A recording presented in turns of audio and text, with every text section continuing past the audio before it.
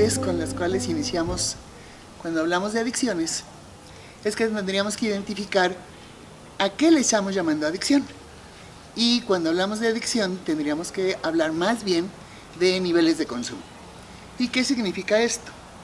Los niveles de consumo tendríamos que identificarlos desde que la persona está experimentando con la sustancia.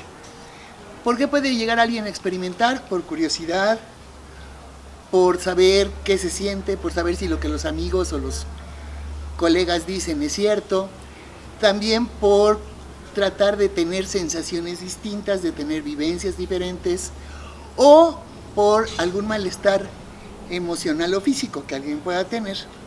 Y también hay otro tipo de consumo que no tiene que ver nada con la intención de la persona por intoxicarse. Y es cuando por equivocación se consume de manera excesiva alguna sustancia. Y entonces tendríamos que hacer dos diferencias iniciales. Una es, hay intoxicación por decisión y hay una intoxicación que es total y absolutamente inconsciente, que es por accidente, que es accidental. En la intoxicación, cuando la persona lo que está intentando ya es buscar una sustancia, es intoxicarse con una sustancia, lo primero que va a hacer es que va a experimentar con ella. Y puede ser 1, 2 o hasta 3 veces que la consuma, pero no más. Encuentra si lo que le dijeron fue cierto, si la sensación es la que quería, si realmente hay algo que lo haga sentirse distinto o no, y con eso es más que suficiente. Y entonces se queda solamente en la experimentación. Ahí evidentemente no podemos hablar de una adicción, ahí estamos hablando de un consumo experimental. El siguiente nivel de consumo sería el consumo ocasional. ¿Y esto qué quiere decir? La persona ya probó la sustancia, ya sabe qué efecto tiene sobre ella, pero entonces busca eventualmente ese tipo de sensación. Busca eventualmente tener otra vez ese nivel de intoxicación que tuvo en la primera ocasión. ¿Qué quiere decir eventual? 1, 2, 3, 4 veces al año, o 5 tal vez, pero no va a buscar otras sustancias, no va a buscar situaciones de consumo, sino si existe la posibilidad y alguien le ofrece, va a consumirla, pero insisto, no más de 4 o 5 ocasiones en un año. Y entonces es un consumo ocasional, meramente ocasional. Existe otro nivel de consumo que ya es un consumo social. En este consumo social sí ya es ir a lugares o frecuentar grupos o frecuentar reuniones en donde se sabe que existe la sustancia y que está la posibilidad de consumirla. Y que evidentemente la intención es consumirla para poder tener una mejor relación con las gentes con las que en ese momento se encuentran. Este consumo social tiene más que ver con una cuestión de estar igual que los demás, estar en concordancia con los otros, tener un consumo más de relación, más de vinculación con la gente que está alrededor. Del consumo social sí ya pasamos a un consumo con mayor frecuencia, que es el consumo habitual. En el consumo habitual la persona no solamente ya sabe qué siente, ya sabe cómo se siente, ya sabe cuánto tiempo le dura el efecto, y ya ahí sí hay una situación ya de compra. Ya sabe en dónde comprar, ya tiene un dealer o ya tiene un contacto el cual le provee de la sustancia, y se llama habitual porque ya tiene un patrón de consumo establecido. Puede combinar con otras sustancias, puede experimentar con otras sustancias o ya tener inclusive patrones de consumo con 2 o más sustancias.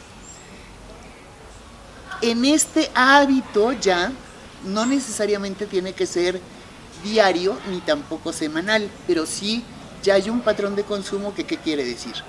Ya sé cuánto consumo, cómo combino y hasta dónde o en qué momento a mí me hace efecto la sustancia. ¿Aquí ya estamos hablando de adicción? No, todavía no. Es un consumo problemático, es un consumo de alto riesgo, pero todavía la gente no tiene una dependencia hacia la sustancia.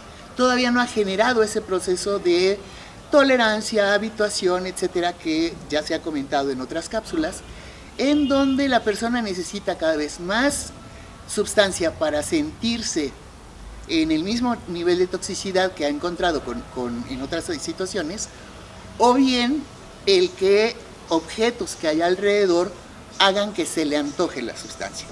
El siguiente nivel de consumo ahí sí ya estaríamos hablando de dependencia. Y es justamente dependencia leve. ¿Y qué quiere decir dependencia leve?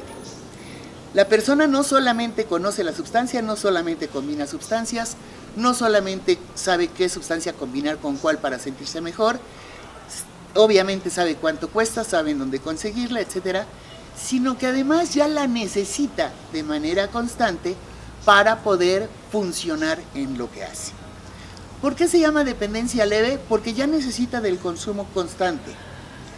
Puede inclusive no ser diario, pero ahí sí ya hay un patrón totalmente establecido, que puede ser cada tercero, cuarto, quinto día, pero tiene que ser necesariamente en ese patrón. Y ya no puede estar sin llegar hasta el nivel de intoxicación, al nivel ya de toxicidad. En la dependencia moderada, la diferencia es que la persona ya tiene, además de este patrón establecido de consumo, la otra cuestión es que ya no puede funcionar sin la sustancia. Aquí sí ya hay un consumo constante, ya hay un consumo cotidiano, ya la persona diariamente tiene que consumir. ¿Cuál es la diferencia? Que no ha dejado de realizar las actividades que generalmente desempeña. La diferencia entre la dependencia leve y la dependencia moderada en este sentido sería que en la dependencia leve la persona no necesita estar intoxicada para realizar las actividades que desempeña. En la dependencia moderada ya necesita el nivel de intoxicación inclusive para realizar las actividades que desempeña generalmente. Y en la dependencia severa es cuando ya la persona básicamente el interés que tiene es el de estar consumiendo. Ya no le importa, no tiene motivación, no tiene intención, no tiene interés por nada más que por el consumo mismo. Esto quiere decir que dependiendo de la sustancia, no solamente hay un patrón de mayor riesgo de consumo, sino también de mayor daño.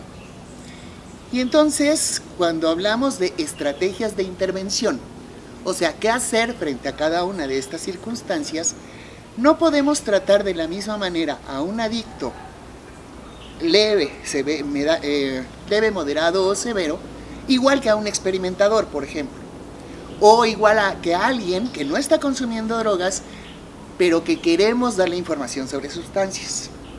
Y entonces hay un espectro que está propuesto a nivel internacional, en donde la intención es con qué estrategia abordamos cada segmento de población frente a estos riesgos de consumo o a estos niveles de consumo.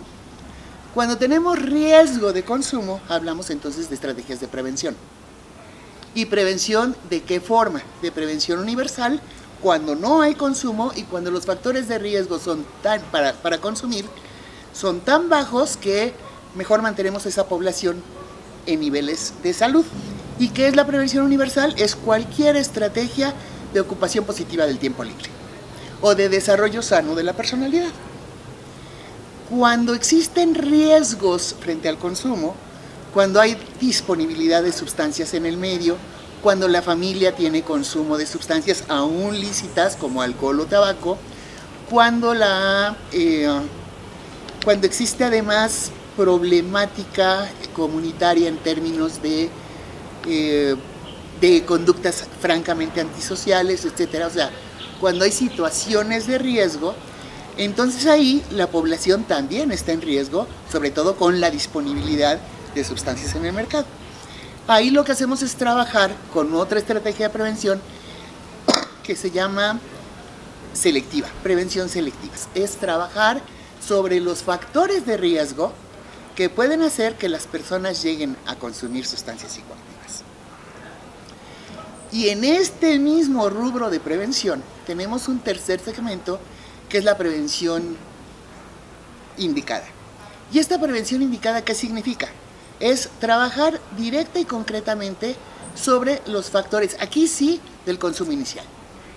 Y entonces con los experimentadores de sustancias psicoactivas, lo que hacemos es trabajar con prevención indicada.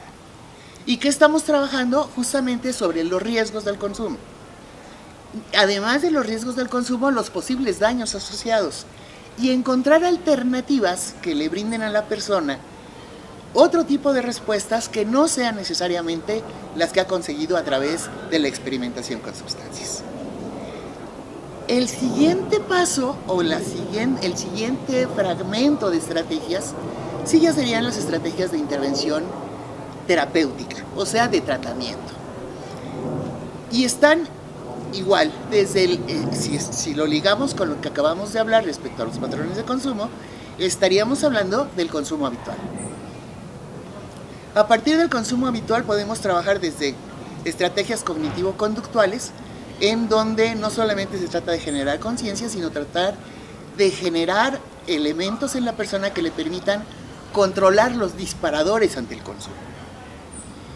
Y de ahí nos podemos seguir en la amplia gama que existen de niveles de tratamiento o de técnicas de tratamiento o de estrategias de tratamiento, que puede ser terapia individual, puede ser terapia grupal, puede ser terapia de pareja, puede ser terapia de familia, dependiendo de cuál sea el diagnóstico que esté asociado.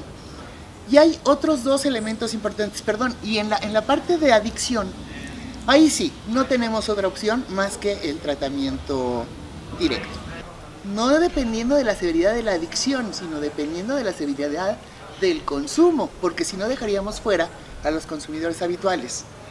Y los consumidores habituales, cuando los tratamos como adictos, sí tienen una diferencia fundamental, y es que ese patrón de consumo no les ha generado todavía los problemas suficientes como para que sientan que su consumo les está ocasionando problemas precisamente. Por eso es que mucha gente cuando va a Alcohólicos Anónimos o cuando va a terapia y cuando se le trata como si fuera adicto, evidentemente dice: yo no soy ese, yo no me parezco, a mí no me ha pasado nada de eso que están diciendo ellos. Y entonces yo estoy bien. Lo que hacemos es disminuir justamente con una mala intervención, lo que estamos haciendo es disminuir la propia conciencia de enfermedad en la persona. El que no tenga, que no pueda medir el nivel de riesgo frente al consumo que está teniendo. Por eso esta propuesta de este gran espectro de atención que hace el Instituto de Investigación y Medicina en Estados Unidos, en donde, insisto, vienen desde la prevención con población total y absolutamente sana hasta la dependencia severa. ¿Qué hacer en casos de dependencia moderada y dependencia severa? En realidad, desde la dependencia leve, algo que yo sí propondría es que siempre trabajemos de la mano con psiquiatras o con neurólogos. Y ese sería como la gran liga entre los distintos niveles de consumo y las distintas estrategias que tenemos para abordar cada uno.